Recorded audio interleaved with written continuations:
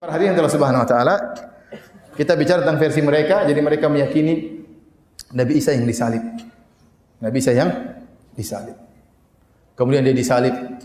Waktu disalib, dia berkata, "Ya Ilya lima syabaqtani." Wahai bapakku, kenapa kau tinggalkan aku? Ya, saya sampaikan kepada teman-teman saya waktu saya masih di Papua. Saya punya teman-teman orang-orang Nasara ya. Saya bilang, "Lihat, dalam Injilmu disebutkan Yesus berkata, wahai bapakku, kenapa kau tinggalkan aku?" Berarti Yesus bukan bapak. Karena dia sedang berbicara dengan zat yang lain. Jangan kalian berkata Yesus adalah bapak, bapak adalah Yesus. Kalau dia adalah bapak, bapak adalah dia, ngapain dia ngomong? Paham? Dia ngomong sama kan? Ya bapak, bapak kenapa kau meninggalkan aku? Berarti ada yang meninggalkan, ada yang ditinggalkan. Paham atau tidak? Berarti dua zat yang berbeda. Sementara mereka meyakini Allah ya Yesus, Yesus adalah Allah. Loh kalau gitu Yesus lagi ngomong sama siapa? Dia bingung juga gitu. Kau bilang Yesus adalah Allah, Yesus lagi ngomong sama siapa waktu dia berkata, "Ya Bapakku, kenapa kau tinggalkan aku?" Baik. Intinya akhirnya Yesus meninggal, Isa meninggal alaihissalam menurut versi mereka. Waktu meninggal setelah itu dikuburkan dalam kuburan. Setelah itu beberapa hari dia bangkit, yang dikenal dengan hari Paskah kalau nggak salah. Saya juga agak lupa, tapi intinya dia hari kebangkitan Isa Al-Masih. Mati, kemudian dia bangkit. Dia bangkit ya. Nah ini juga hal yang banyak membuat orang masuk Islam, terutama di Arab Saudi. Banyak orang Filipina masuk Islam gara-gara satu pertanyaan. Pertanyaannya begini. Karena mereka meyakini Allah adalah Isa, Isa adalah siapa? Allah. Satu di antara yang tiga. Orang Nasrani tentang Isa ada tiga pendapat. Yang pertama, Isa adalah anak Allah. Yang kedua, Isa adalah Allah. Yang ketiga, Isa satu dari yang tiga.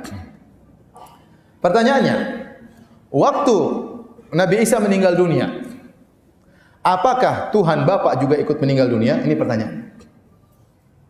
Mereka bingung. Kalau mereka bilang Tuhan Bapa tidak meninggal, berarti Tuhan Bapa lain dengan Tuhan Anak. Berarti Isa bukan apa? Allah. Kalau Isa bukan Allah, selesai. Berarti Isa bukan Tuhan. Tapi kalau mereka bilang Tuhan Bapa juga ikut meninggal, repot. Iblis lagi berjaya waktu itu. Tuhannya mati semua. Saya ulangi. Ya. Ini buat mereka banyak masuk Islam. Tanya sama mereka, waktu Nabi Isa meninggal dunia, dikubur, meninggal dunia. Kan meninggal, iya mereka bilang meninggal. Bangkit lagi. Waktu beliau meninggal, Tuhan Bapa ikut meninggal atau tidak? Tinggal mereka jawab. Kalau mereka bilang Tuhan Bapa tidak meninggal, berarti Yesus bukan Allah. Dan itu yang kita inginkan. Yesus lain, Allah lain. Tidak satu kesatuan. Satu tidak sama dengan tiga, tiga tidak sama dengan satu. Kalau mereka bilang Tuhan Bapa juga ikut meninggal, musibah. Tadi, yes, berarti iblis lagi berkuasa. Kalau meninggal siapa yang bangkitkan kalau begitu? Jangan-jangan iblis yang bangkitkan. Baik. Nah, saudara lihat apa yang dikatakan oleh Ustadz Firanda ini dengan mengangkat kata-kata Yesus di atas kayu salib, Eli lama sabachthani. Yesus berbicara kepada Bapa, ya Allahku, mengapa engkau meninggalkan aku? Yesus bicara kepada Bapa dari fakta itu, lalu dia mengatakan bahwa kalau Yesus itu adalah Bapa, bagaimana dia bisa bicara dengan Bapa? Nah, kesalahan dia yang saya bilang falatsi tadi adalah dia menganggap bahwa orang Kristen percaya bahwa Yesus itu adalah sama dengan Bapa. Memang Yesus sama dengan Bapa, tapi sama apanya? Nah, kalau kita belajar konsep atau doktrin tentang Tritunggalnya Kristen, Yesus dan Bapa itu sama hakikatnya, tapi tidak sama pribadinya. Karena tidak sama pribadinya, maka Bapa itu bukan Yesus, Yesus itu bukan Bapa. Itu dua pribadi berbeda. Nanti kalau kita bicara tentang Tritunggal secara lengkap, maka ada Roh Kudus di sana. Jadi Bapa, Anak, dan Roh Kudus itu adalah tiga pribadi berbeda, tapi mempunyai hakikat yang sama. Saya tidak mengerti apa definisi atau konsep yang Ustadz Firanda pakai dengan atau dibalik kata satnya. Tapi dari kata-kata dia kelihatannya dia memahami sat itu sebagai pribadi, dan itu adalah sesuatu yang menurut saya salah. Jadi orang Kristen tidak menganggap bahwa Bapa itu adalah Yesus, Yesus itu adalah Bapa. Kalau memang Bapa adalah Yesus, Yesus adalah Bapa, memang masuk akal serangan ini. Waktu Yesus bilang, Eli, Eli lama sabachthani, dia bicara dengan siapa? Bapa meninggalkan dia. Kalau Yesus adalah Bapa, Bapa adalah Yesus, lalu siapa yang meninggalkan dan siapa yang ditinggalkan? Nah, masuk akal serangannya. Hanya kesalahannya adalah Strongman, karena kami tidak percaya bahwa Bapa itu adalah pribadi yang sama dengan Yesus. Nah, saya kira di sini Ustadz Firanda ini mungkin mendengar ajaran tentang Tritunggal itu dari ajaran yang salah yang juga ada di dalam kekristenan, ya. Memang ada satu paham di dalam kekristenan yang sebenarnya sudah muncul dari dulu dan itu sudah dianggap sebagai sesat. Paham itu namanya Sabellianisme. Kenapa disebut Sabellianisme? Karena dipelopori oleh atau dikeluarkan paham itu oleh seorang yang namanya Sabellius. Ya. Nah, dia menganggap bahwa Allah itu hanya satu pribadi dengan 3 jabatan atau 3 peran. Tapi orangnya, dalam tanda petik, orangnya satu. Nah, untuk beri penjelasan sedikit tentang Sabellianisme ini, saya akan memberikan sebuah kutipan tentang Sabellianisme. Ini ada kutipan dari Gordon Clark. Ya, Clark mengatakan Sabellianisme adalah pandangan bahwa Allah sebenarnya hanyalah satu pribadi. Tidak ada pribadi kedua yang disebut Sang Anak. Demikian pula tidak ada pribadi ketiga yang disebut Sang Roh. Sebaliknya, saat Allah aktif menciptakan alam semesta dan mengendalikannya, dia disebut Bapa. Saat dia aktif dalam penebusan, dia disebut Anak. Dan saat dia aktif dalam pengudusan, dia disebut Roh.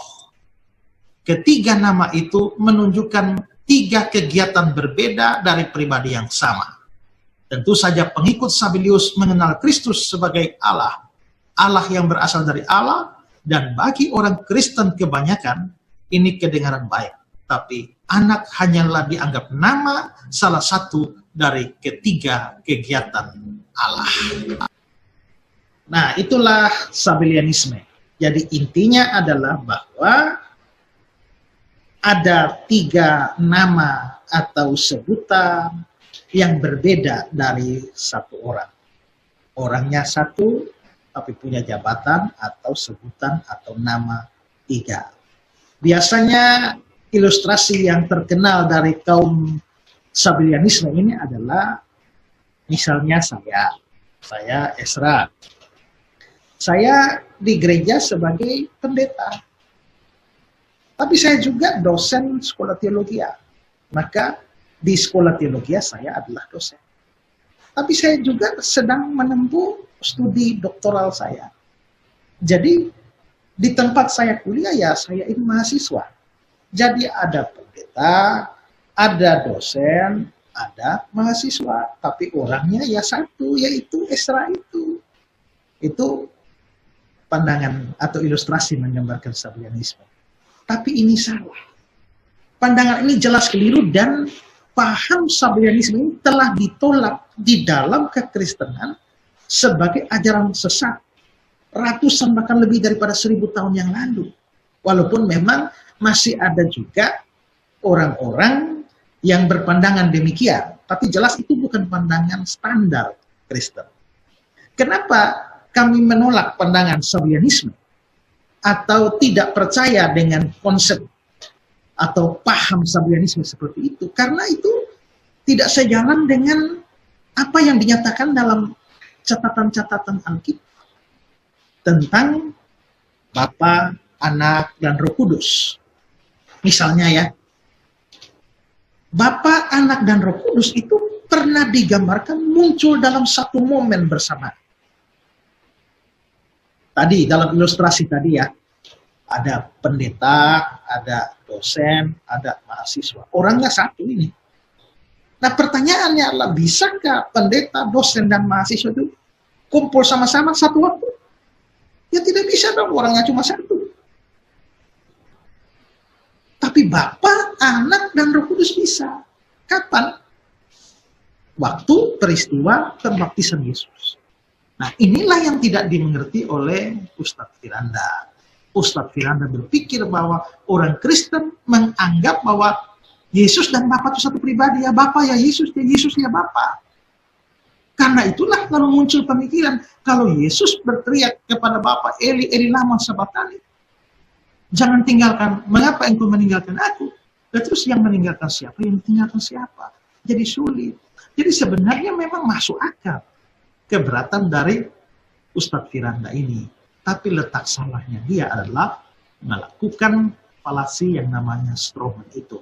Mengira itu adalah pandangan standar dari orang Kristen, lalu diserang. Jadi sebenarnya Ustadz Firanda tidak sedang menyerang ajaran Kristen, tapi Ustadz Firanda sedang menyerang ajaran bidat Kristen. Salah satu paham sesat di dalam kekristenan. Ya kalau Ustadz Firanda mau serang begitu, saya juga serang begitu kan. Yang salahnya Sabellianismenya, bukan pandangan Kristen yang standar. Oke, dengan cara berpikir yang sama seperti ini, itu untuk juga menjadi jawaban bagi omongan Ustadz Firanda selanjutnya, yang mana masih sama saja dengan sebuah Strowman, dia menyerang apa yang dia kira sebagai pandangan. Dengan penjelasan saya sebelumnya, sebenarnya masalah itu kan terselesaikan. Kalau memang Bapa sama dengan Yesus, Yesus sama dengan Bapa, ya memang. Yesus mati, ya Bapa ikut matilah. Kalau memang orangnya sama. Tapi kan seperti saya bilang tadi, Bapa bukan Yesus, Yesus bukan Bapa. Beda pribadi. Nah, hakikatnya sama. Jadi Bapa bukan Yesus, Yesus bukan Bapa, tapi karena hakikatnya sama, Bapa Allah, Yesus juga Allah. Kalau dibilang orang Kristen punya 3 pandangan, Yesus itu anak Allah, lalu Yesus anak Allah, Yesus adalah satu dari 3, yang mana yang benar? Yesus anak Allah, ya benar juga. Yesus Allah, benar juga. Loh, kenapa Yesus bisa Allah, bisa anak Allah? Nah, saya tanya, Ustadz Firanda itu manusia atau anak manusia? Manusia kan? Tapi Anda anak siapa? Papa mama Anda manusia atau bukan? Manusia kan? Berarti Anda juga anak manusia, sekaligus manusia. Istilah anak Allah yang dikenakan pada Yesus itu menunjukkan kesamaan hakikat. Jadi kalau Yesus anak Allah benar. Yesus Allah benar. Dia satu dari 3, benar juga. Karena dalam doktrin tentang Tritunggal Kristen memang ada 3 pribadi yang berbeda, seperti yang sudah saya jelaskan tadi. Ya, jadi sekarang kalau ditanya, Yesus mati, Bapa ikut mati enggak? Kalau Bapa tidak ikut mati, loh katanya sama. Siapa yang bilang sama? Enggak sama. Terus kalau Bapa ikut mati, iblis senang dong, iblis pesta pora dong. Tidak. Bapa tidak mati, jangankan Bapa, hakikat ilahi dari Yesus sebagai Allah pun tidak mati. Dia mati sebagai manusia. Efesus 2 ayat 15, Filipi 2 ayat 7 dan 8, 1 Petrus pasal 3 ayat 15, semua mengatakan bahwa Yesus mati dalam keadaan sebagai manusia. Jadi pertanyaan yang dianggap ini sulit dan menempatkan orang Kristen pada titik di mana seperti makan buah simalakama, sebenarnya remeh saja. Ya, itu karena Strowman itu. Nah, jadi dengan demikianlah saya sampaikan kepada Ustadz Firanda, kalau Anda betul-betul mau menanggapi kekristenan, sebenarnya saya heran sebenarnya. Kok Anda suka sekali berbicara tentang iman Kristen? Tapi ya nggak apa-apa lah. Tapi kalau Anda mau melakukan itu, ambillah pandangan Kristen yang standar.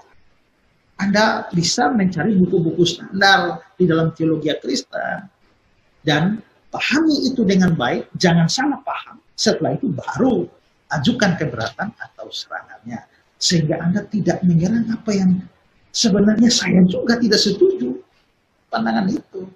Seranglah kekristenan, janganlah serang bidat Kristen. Karena kalau menyerang bidat Kristen sama, saya juga menyerangkan. Ya.